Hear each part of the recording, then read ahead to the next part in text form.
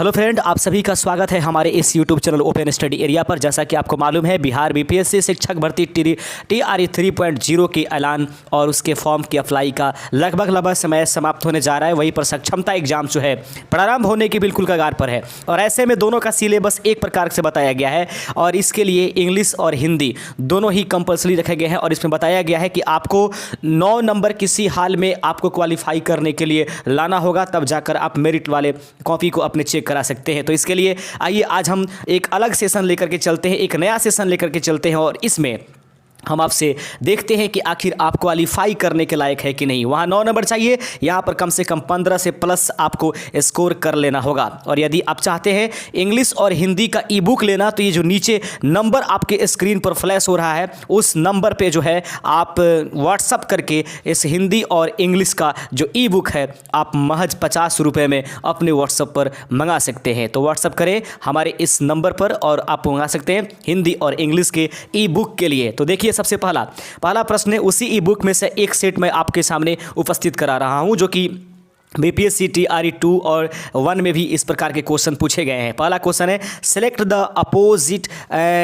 Select the must appropriated. पहला प्रश्न होगा, select the must appropriated meaning of the given items. जो नीचे कहावत दी गई है उसका मीनिंग रियल में क्या होगा, उसको आपको सेलेक्ट करना है। लिखा गया टू किक द बकेट, यानी कि लात मार देना या उसको बाल्टी को लात मार देना। इसको रियल में इसको हिंदी मीनिंग होगा, लेकिन उसको आइडमिक रूप से बोलेंगे तो निम्नलिखित में से उसका क्या सही अर्थ होगा। अगर आपने भी ऑप्शन नंबर ए चुना है तो बिल्कुल आपका सही आंसर हो जाएगा। टू डाई इसका सही आंसर हो जाएगा।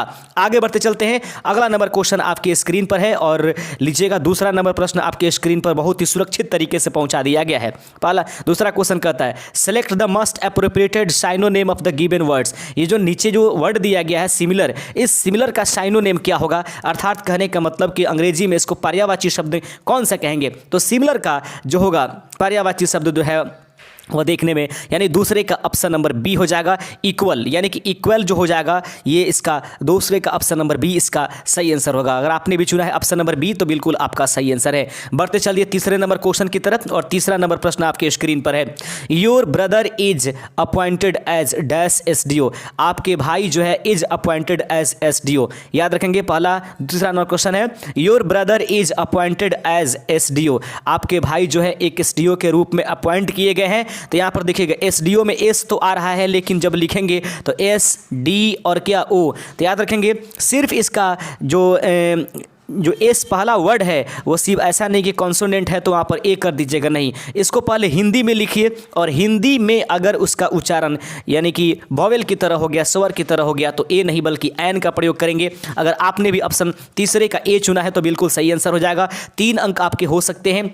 8 क्वेश्चनों के बाद जरूर आप हमें कमेंट करके बताइए, फटाफट आप आंसर कमेंट करते चलिए, जिससे कि एक आपको आंकड़ा मिल पाए कि आखिर कितने सही आंसर कर पा रहे हैं। हमारे आंसर देने से पहले आंसर कमेंट कीजिए। Hello, select the antonym of this words, यानी कि ये जो होलो जो वर्ड दिया गया है इसका एंटोनेम्स आपको बताने हैं। तो होलोड का मतलब मुलायम प्रकार का होता है, यानी सॉफ्ट होता है, तो इसका सही आंसर चौथे का ऑप्शन नंबर ए हो जाएगा। सॉलिड मतलब निहट्ठी या फिर यूं कहें कि कठोर इसका मतलब होता है। चौथे का ऑप्शन ए अगर आपने चुना है तो बिल्कुल सही आंसर हो जाएगा।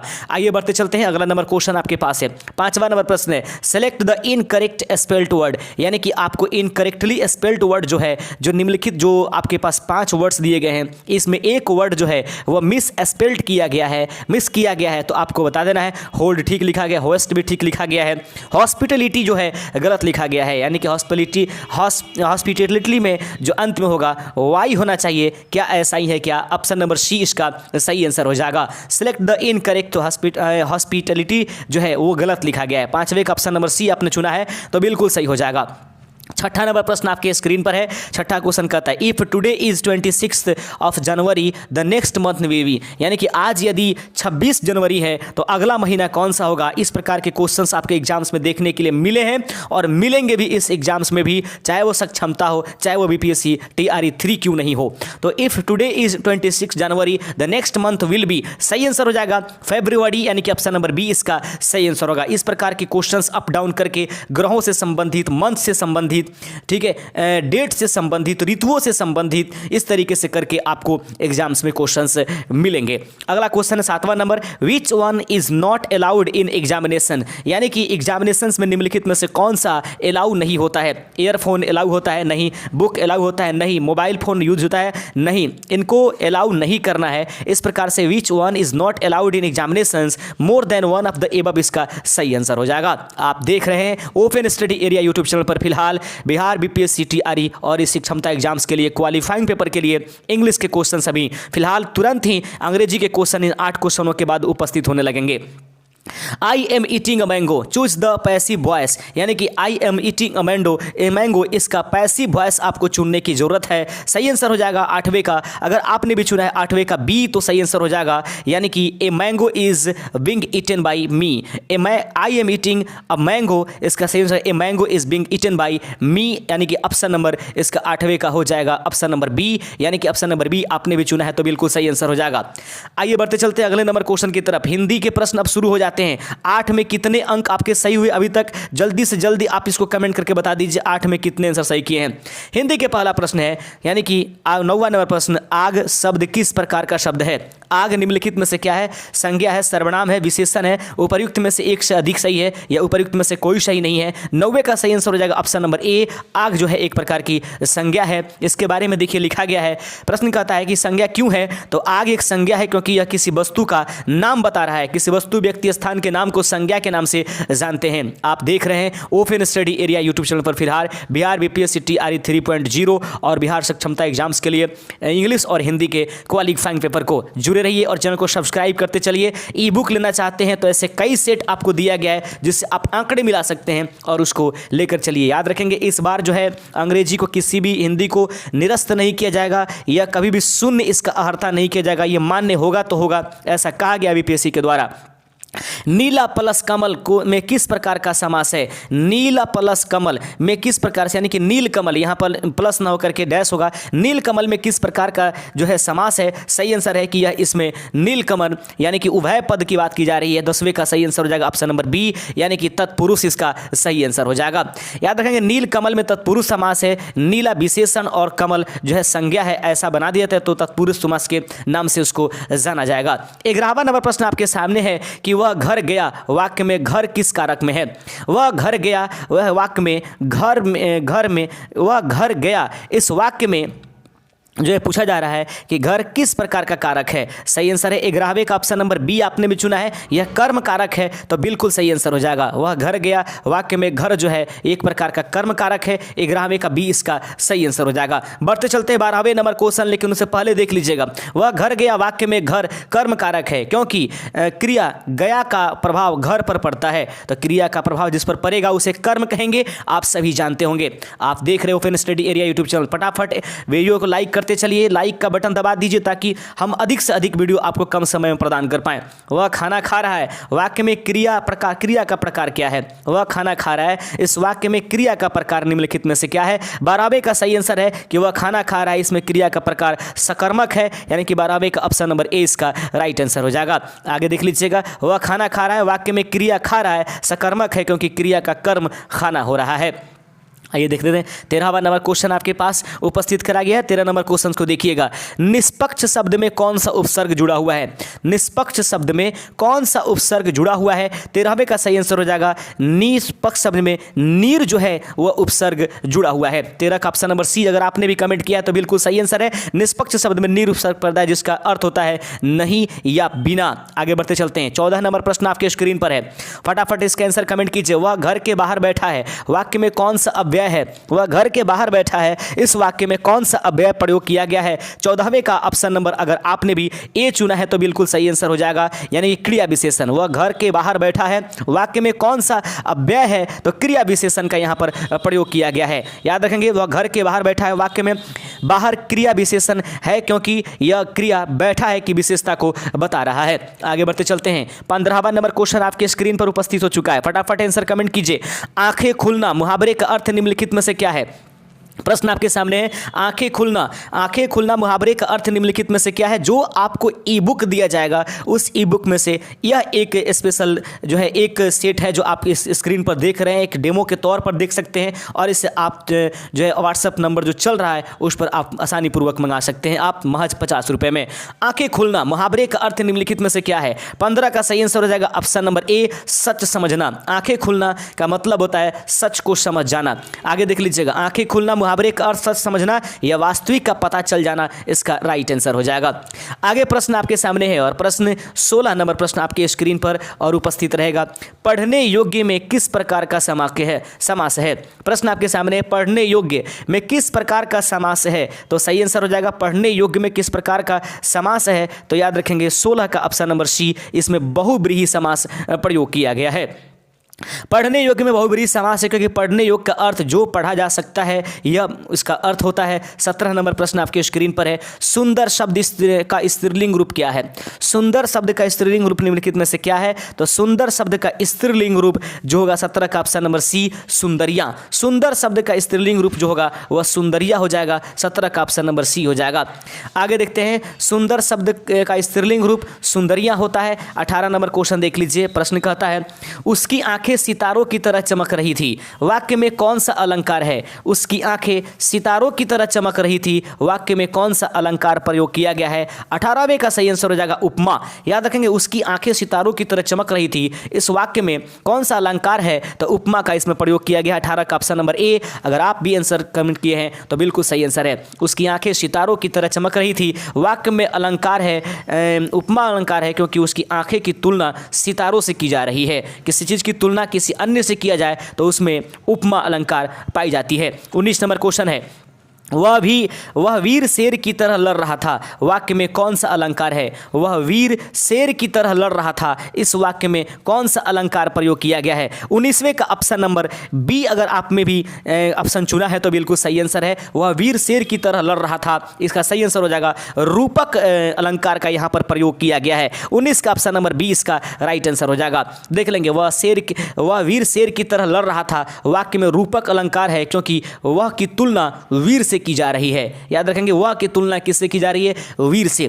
आगे बढ़ते चलते हैं, लड़का शब्द का एक वचन रूप है, लड़का शब्द का एक वचन रूप क्या है? तो देख लेंगे 20वें का सही आंसर आप देखते चलिएगा। 20वें का लड़का शब्द का एक वचन रूप क्या है? यानी कि लड़का शब्द का एक वचन नहीं बल्कि यहां पर बहुवचन कर देना चाहिए था। 20वें में थोड़ा सा मिस्टेक हो गया है। लड़का शब्द का बहुवचन निम्नलिखित में से क्या है? तो देखेंगे, लड़के, लड़कियां, लड़कों, लड़कियों, लड़कों और लड़कियां, ये सबके सब सही आंसर है। नहीं, लड़का शब्द का जो है एक वचन रूप जो है बहुवचन रूप जो है यहाँ पर लड़के हो जाएगा। 20वें का ऑप्शन नंबर ए आपने चुना है तो बिल्कुल सही आंसर हो जाएगा। आगे बढ़ते चलते हैं और 21 नंबर प्रश्न आपके सामने है। प्रश्न कहता है, पढ़ना क्रिया का भूतकालिक रूप क्या है? पढ़ना क्रिया का भूतकालिक रूप निम्नलिखित में से क्या है? 21 का ऑप्शन नंबर ए हो जाएगा पढ़ा। पढ़ना क्रिया का भूतकालिक रूप निम्नलिखित में से क्या है? सही आंसर है कि पढ़ना क्रिया का भूतकालिक रूप जो है पढ़ा, इसका सही आंसर हो जाएगा। 21 का ऑप्शन नंबर ए अगर आपने भी चुना है तो बिल्कुल सही आंसर हो जाएगा।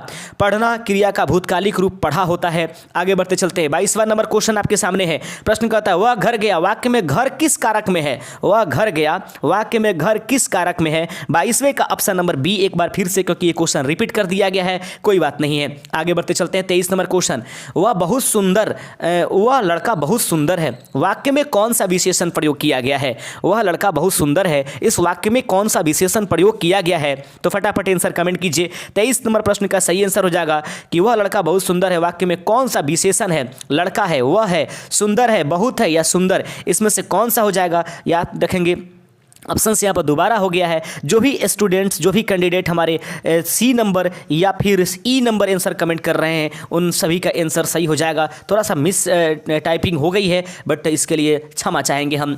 आगे प्रश्न आपके सामने 24वां प्रश्न है, वह घर पर है, वाक्य में कौन सा अव्यय है? वह घर पर है, इस वाक्य में कौन सा अव्यय प्रयोग किया गया है। तो आप देख रहे हैं open study area YouTube channel को जरूर सब्सक्राइब कर दीजिए, वीडियो को लाइक करते जाइए।